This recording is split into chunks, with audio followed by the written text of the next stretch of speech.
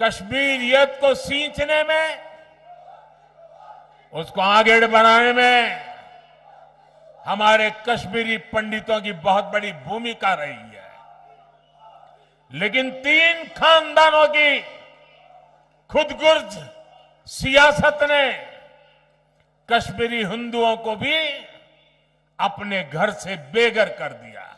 नमस्कार दोस्तों, इस वक्त देश के अंदर कई राज्यों में चुनाव चल रहा है, विधानसभा का चुनाव हो रहा है। इसी कड़ी में कश्मीर में भी विधानसभा का चुनाव चल रहा है, जहां पर 24 सीटों पर चुनाव की प्रक्रिया यानी वोटिंग की प्रक्रिया संपन्न हो चुकी है और दूसरे चरण के चुनाव की तैयारियां जोरों पर है, जिसको लेकर तमाम दल के नेता, तमाम पार्टी के नेता जगह जगह पहुंच रहे हैं। जहां पे चुनाव नहीं हुआ है उस क्षेत्र में जाकर अपनी रैली कर रहे हैं, अपनी सभा को कर रहे हैं और लोगों को अपनी तरफ आकर्षित करने की कोशिश में लगे हुए हैं।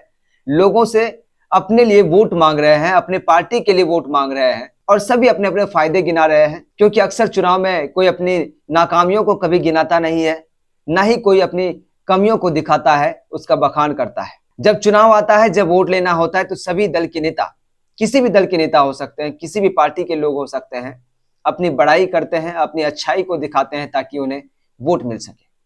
अब इसी को लेकर हमारे देश के प्रधानमंत्री नरेंद्र मोदी कश्मीर में एक रैली को संबोधित किया और उस रैली में कश्मीर की जनता को लेकर उन्होंने बहुत कुछ कहा। बहुत कुछ मैं इसलिए कह रहा हूं क्योंकि उन्होंने तकरीबन 1 से 1.5 घंटे के अपने भाषण में कई मुद्दों पर चर्चा की, जिसकी इस वक्त राजनीतिक गलियारे में चर्चा हो रही है और लोग इसकी चर्चा कर रहे हैं।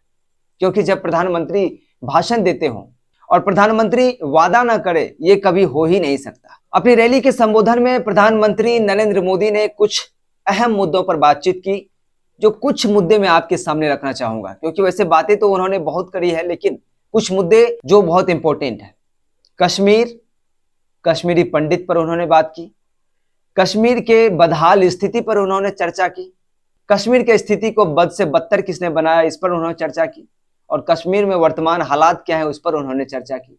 कश्मीर के किसानों के बारे में उन्होंने चर्चा की और कश्मीर के नौजवानों के बारे में उन्होंने चर्चा की कि कश्मीर के नौजवान हाथ में पत्थर लेकर चलते थे, लेकिन अब वो पढ़ने लिखने लगे हैं और अब उसे नौकरी भी दी जाएगी। हालांकि पूरे देश में नौकरी या रोजगार की क्या हालात है, हम इस पर बातचीत करेंगे बाद में। इसके साथ ही आपको बता दें कि प्रधानमंत्री नरेंद्र मोदी ने अपने रैली में एक और बहुत बड़ा बयान दे दिया है, जो आपको जानना, आपको बताना बहुत ही अहम है, इंपॉर्टेंट है। कि उन्होंने कहा कि कश्मीर को बांटने में, कश्मीर को लूटने में 3 खानदानों का बहुत ज्यादा सहयोग रहा है, बहुत ज्यादा योगदान रहा है। उसके अनुसार कांग्रेस, पीडीपी और एनसी। वैसे आपको पता ही होगा कि इन तीनों का नाम प्रधानमंत्री नरेंद्र मोदी ने क्यों लिया।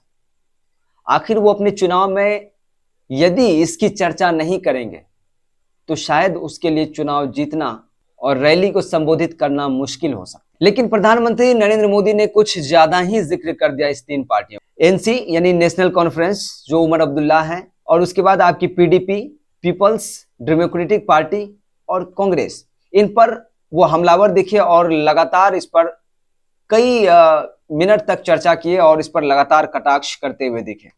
इस पर आरोप लगाए कि कश्मीर में जो बंटवारा हुआ है, कश्मीर में जो आतंक फैला हुआ है, कश्मीर की जो बदहाल स्थिति है, इसमें इन तीनों खानदान की कहीं ना कहीं भूमिका रही है, जिसकी वजह से आज कश्मीर की यह हालत है। आर्टिकल 370 हो या फिर कश्मीर की स्थिति को सुधारने की बात हो, इन सभी का श्रेय प्रधानमंत्री नरेंद्र मोदी ने भाजपा को दिया, यानी अपनी पार्टी को दिया।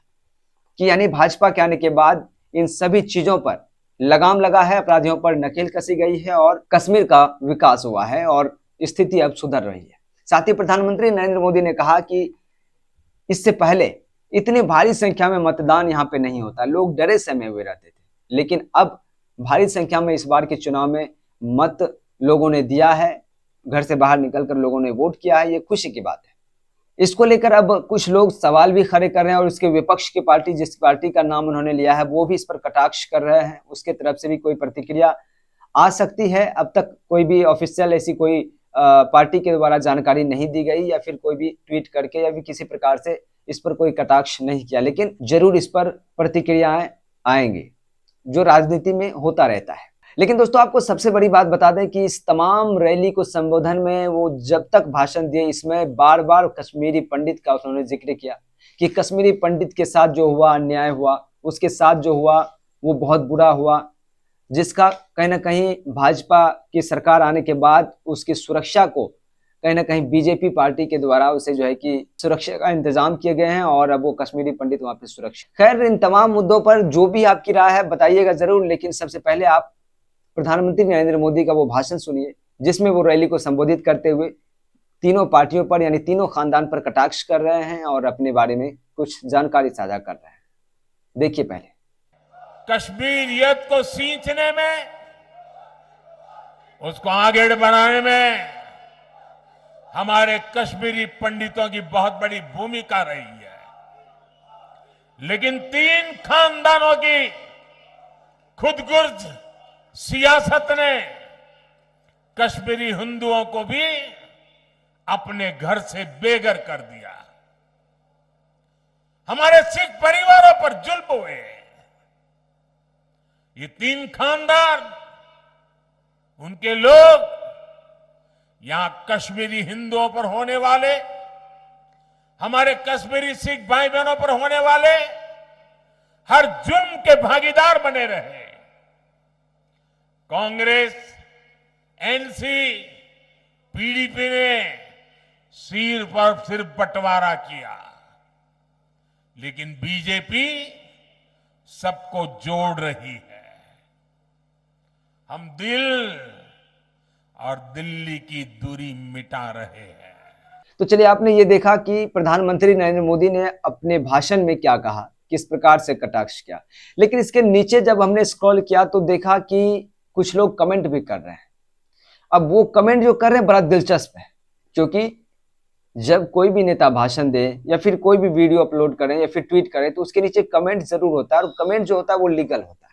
हमने 2-4 कमेंट उठाने का प्रयास किया, उसमें देखा कि लोग अजीबोगरीब कमेंट कर रहे हैं। आपके स्क्रीन पर वो कमेंट होगा, आप स्क्रीन पर पढ़ सकते हैं कि आखिर लोग किस प्रकार से उसको लेकर कमेंट कर रहे हैं। क्योंकि कोई भी पॉलिटिकल पार्टी या कोई भी राजनेता मंच पर चढ़ के कुछ भी बोल देते हैं, कोई भी बयान दे देते हैं, लेकिन जो जमीनी हकीकत होती है वो लोग कमेंट में बयां कर देते हैं। तो इस कमेंट के पढ़ने के बाद शायद आप भी समझ सकते हैं कि लोगों की क्या सोच है, वहां की असलियत में वहां जमीन पर क्या हो रहा है। खैर इन तमाम मुद्दों को लेकर आपकी क्या राय है, आपकी क्या प्रतिक्रिया है, अपनी प्रतिक्रिया कमेंट बॉक्स में जरूर लिखें। साथ ही चैनल पर नए, चैनल को सब्सक्राइब करें, वीडियो को लाइक करें और शेयर जरूर करें। चलिए मिलते हैं फिर किसी अन्य वीडियो में, तब तक के लिए हमें दीजिए इजाजत। नमस्कार।